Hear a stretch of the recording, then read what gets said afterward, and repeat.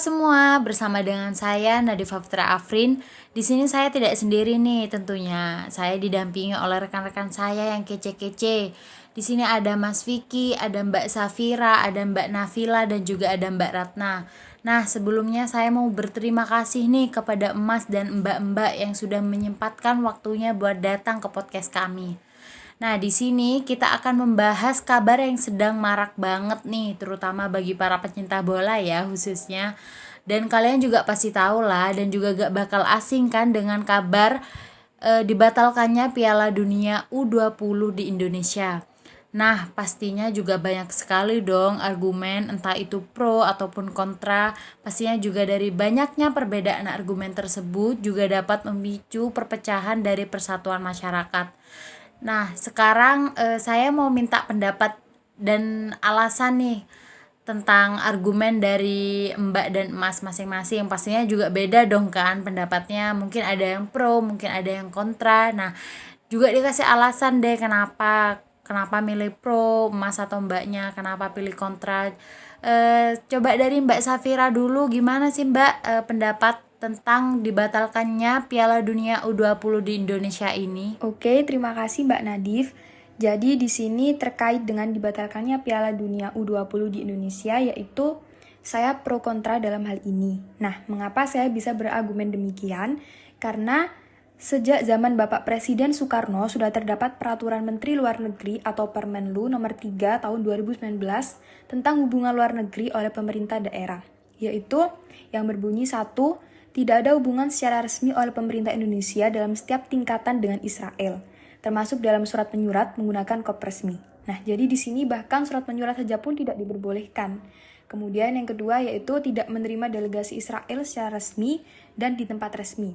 Yang ketiga, tidak diizinkan pengibaran atau penggunaan bendera, lambang, dan atribut lainnya, serta pengumandangan lagu kebangsaan Israel di wilayah Republik Indonesia. Yang keempat, kunjungan warga Israel ke Indonesia hanya dapat dilakukan dengan menggunakan paspor biasa. Nah, maka dari itu, kita tidak bisa bekerja sama dalam segala aspek apapun dengan Israel. Nah, jika kita menyetujui dengan Israel datang ke Indonesia, menyanyikan serta mengibarkan bendera kebangsaan mereka, maka sama juga dengan Indonesia telah melanggar peraturannya sendiri, karena kan telah ada permenlunya. Wah, berarti Mbak Safira lebih ke pro ya tentang argumen tentang tidak diselenggarakannya Piala Dunia U20 di Indonesia. Baik, terima kasih Mbak Safira atas pendapatnya. Sekarang mau nanya lagi nih sama Mbak Nafila. Gimana nih pendapat Mbak Nafila tentang tidak diselenggarakannya Piala Dunia U20 di Indonesia? Oke, Mbak Nadif, terima kasih atas kesempatannya. Nah, mengenai maraknya berita tentang penolakan timnas Israel U20 ke Indonesia ini, kan banyak kan yang kecewa, terutama pada pemain-pemain timnas kan Indonesia yang tidak setuju kan dengan keputusan dari Pak Ganjar ini, sehingga mereka meluapkan kekecewaan itu melalui komentar-komentar di postingan Pak Ganjar di Instagramnya. Dengan hal itu, saya berada di pihak yang pro. Saya sangat setuju apabila acara ini dibatalkan. Dan saya juga sangat setuju dengan pendapat Ustadz Felix Yau di laman YouTube-nya, yaitu timnas Israel ingin datang ke Indonesia dan itu akan dilaksanakan di Bali dan ditolak oleh Pak Ganjar, sehingga RI gagal gelar Piala Dunia U20. Seperti pada pembukaan Undang-Undang Dasar, bahwa di situ tertera bahwa Indonesia menolak penjajahan. Lalu bagaimana mungkin kita sebagai tuan rumah lalu tidak melakukan apapun ketika salah satu negara peserta dari negara penjajah? Bahkan dari segi agama apalagi. Indonesia termasuk negeri muslim terbesar loh. Secara politik dan secara agama, Indonesia adalah negara muslim terbesar. Maka dari itu, umat muslim Indonesia itu berhak menolak keras dengan adanya Israel ke Indonesia. Dan secara agama, bahkan Israel adalah negara penjajah dan Palestina sendiri adalah negeri kaum muslimin. Secara akidah mereka satu kesatuan dengan kita, negara Indonesia.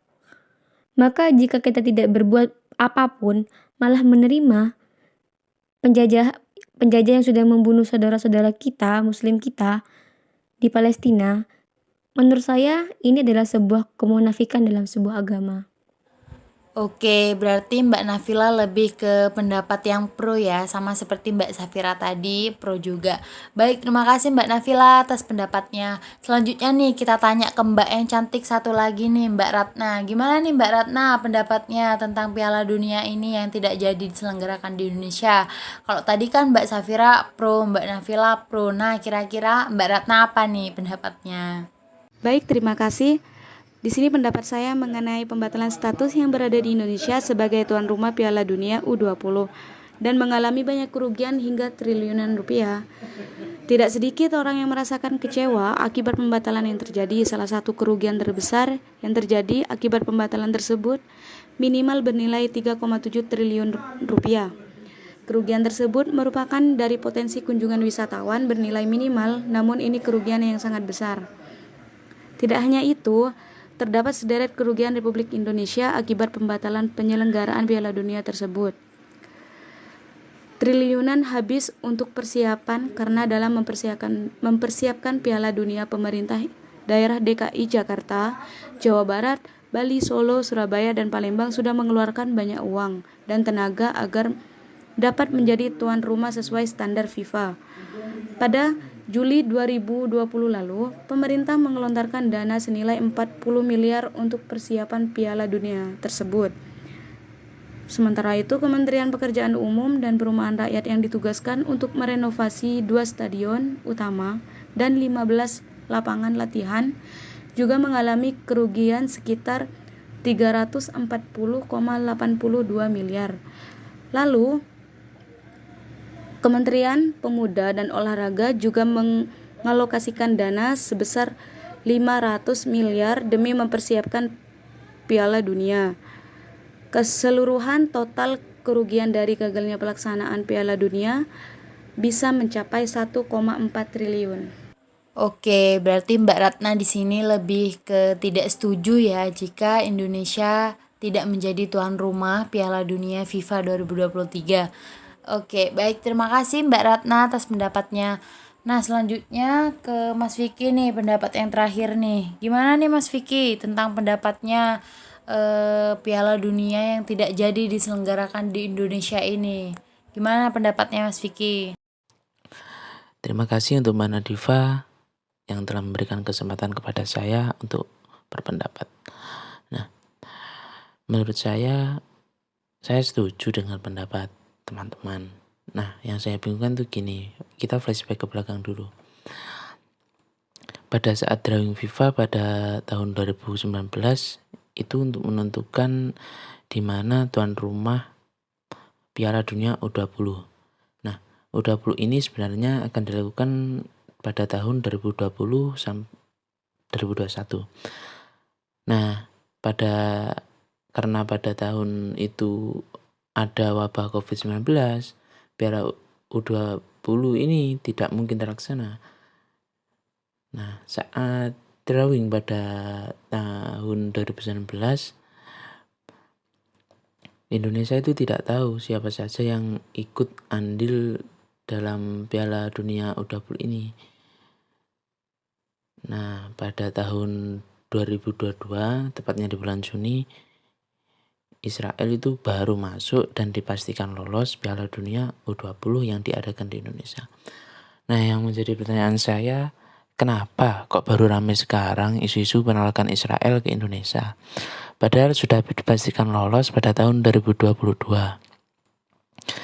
Dan yang masih menjadi pertanyaan saya juga, masa sih organisasi sekelas FIFA tidak tahu sejarah politik Indonesia?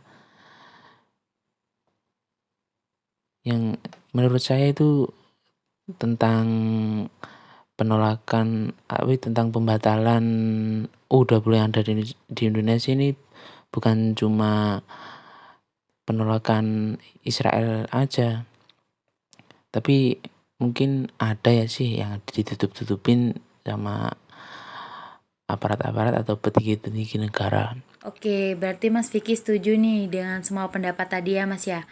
Oke, baik, terima kasih Mas Vicky. Nah, gimana nih? Tadi kita sudah mendengarkan kan beberapa pendapat dari rekan-rekan kita. Harapan saya pada podcast hari ini. Semoga podcast ini bisa membawa manfaat bagi orang lain, bisa menjadi wawasan bagi orang lain, dan juga semoga kali ini masyarakat Indonesia tidak ada lagi yang saling menyalahkan satu sama lain.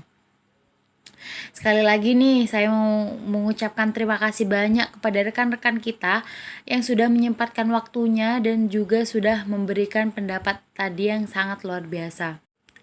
Baik, jika ada kesalahan kata, saya mohon maaf sebesar-besarnya. Saya Nadifa Fitira Afrin, pamit undur diri. Sampai jumpa lagi di podcast kami.